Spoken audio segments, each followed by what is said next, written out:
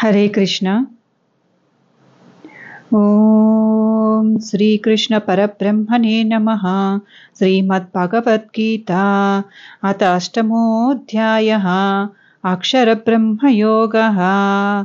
अर्जुन उवाच किं तत्ब्रह्म किमध्यात्मं किं कर्म पुरुषोत्तम अधिभूतं च किं प्रोक्तम् अधिदैवं किमुच्यते अधियज्ञः कथं कोत्र देहेऽस्मिन् मधुसूदन प्रयाणकाले च कथं ज्ञेयोऽसि नियतात्मभिः। श्रीभगवानुवाच अक्षरं ब्रह्म परमं स्वभावोऽध्यात्ममुच्यते भूतभावोद्भवकरो विसर्गः कर्मसंज्ञितः अधिभूतं क्षरो भावः पुरुषश्चादिदैवतम् अधियज्ञोऽहमेवात्र देहे देहभृताम्बरा अन्तकाले च मामेव स्मरन् मुक्त्वा कलेवरं यः प्रयाति समद्भावं याति नास्त्यत्र संशयः। यं यं वापि स्मरन् भावं त्यजत्यन्ते कलेवरं तं तमैवैति कौन्तेय सदा तद्भावभावितः। तस्मात् सर्वेषु कालेषु मामनुस्मरः युत्य च मयि अर्पितमनो बुद्धिः मामेवैष्यस्य संशयम्। अभ्यासयोगयुक्तेन चेतसा नान्यगामिना परमं पुरुषं दिव्यं याति पार्थानुचिन्तयन्।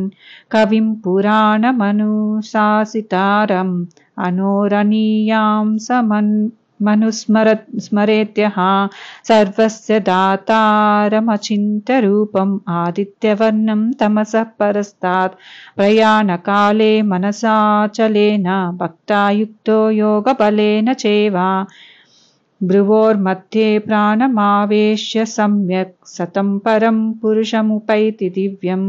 यदक्षरं वेदविदो वदन्ति विशन्ति यद्यतयो वीतरागः यदिच्छन्तो ब्रह्मचर्यं चरन्ति तत्ते पदं संग्रहेण प्रवक्ष्ये। सर्वद्वाराणि संयम्य मनोहृदि निरुध्य च मूर्ध्याधायात्मनः प्राणम् आस्थितो योगधारिणम् ओमित्येकाक्षरं ब्रह्म व्याहरन् मामनुस्मरन् यः प्रयाति त्यजन् देहं स याति परमां गतिम्। अनन्यचेता सततं यो मां स्मरति नित्यशः तस्याहं सुलभः पार्थ नित्ययुक्तस्य योगिनः। मामुपेत्य पुनर्जन्म दुःखालयमशाश्वतं नाप्नुवन्ति महात्मानः संसिद्धिं परमां गताः आब्रह्मभुवनान् लोकाः पुनरावर्तिनोऽर्जुन।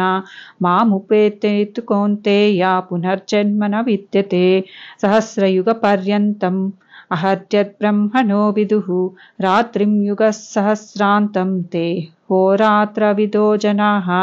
अव्यक्ताद्व्यक्तयः सर्वाः प्रभवन्ते हरागमे रात्यागमे प्रलीयन्ते तत्रैवाव्यक्तसंज्ञके भूतग्रामस एवायं भूत्वा भूत्वा प्रलीयते रात्रागमे वशः पार्थः प्रभवत्यः हरागमे परस्तस्मात्तु भावोऽन्यो व्यक्तो व्यक्तात् सनातनः यः स सर्वेषु भूतेषु नश्यत्सु न विनश्यति अव्यक्तोऽक्षर इत्युक्तः तमाहुः परमां गतिं यः प्राप्य न निवर्तन्ते तद्धामा परमं मम पुरुषः स परः पार्थ भक्त्या लभ्यस्त्वमनन्वया यस्यान्तस्थानि भूतानि येन सर्वमिदं ततं यत्र काले त्वनावृत्तिम् आवृत्तिं चैव योगिनः प्रयाता यान्ति तं कालं वक्ष्यामि भरतर्षभ।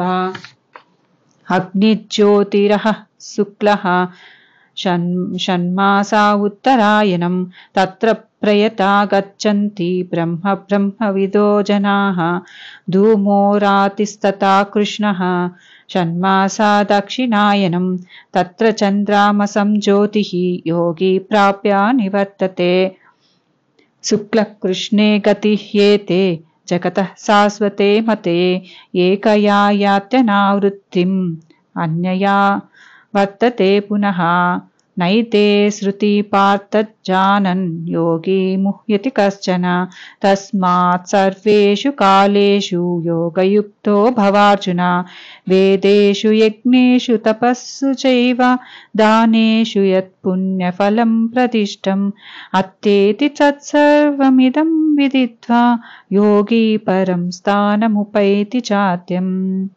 ओम तत्सत् इति श्रीमद्भगवद्गीतासु उपनिषत्सु ब्रह्मविद्यायां योगशास्त्रे श्रीकृष्णार्जुनसंवादे अक्षरब्रह्मो योगो नाम अष्टमोऽध्यायः।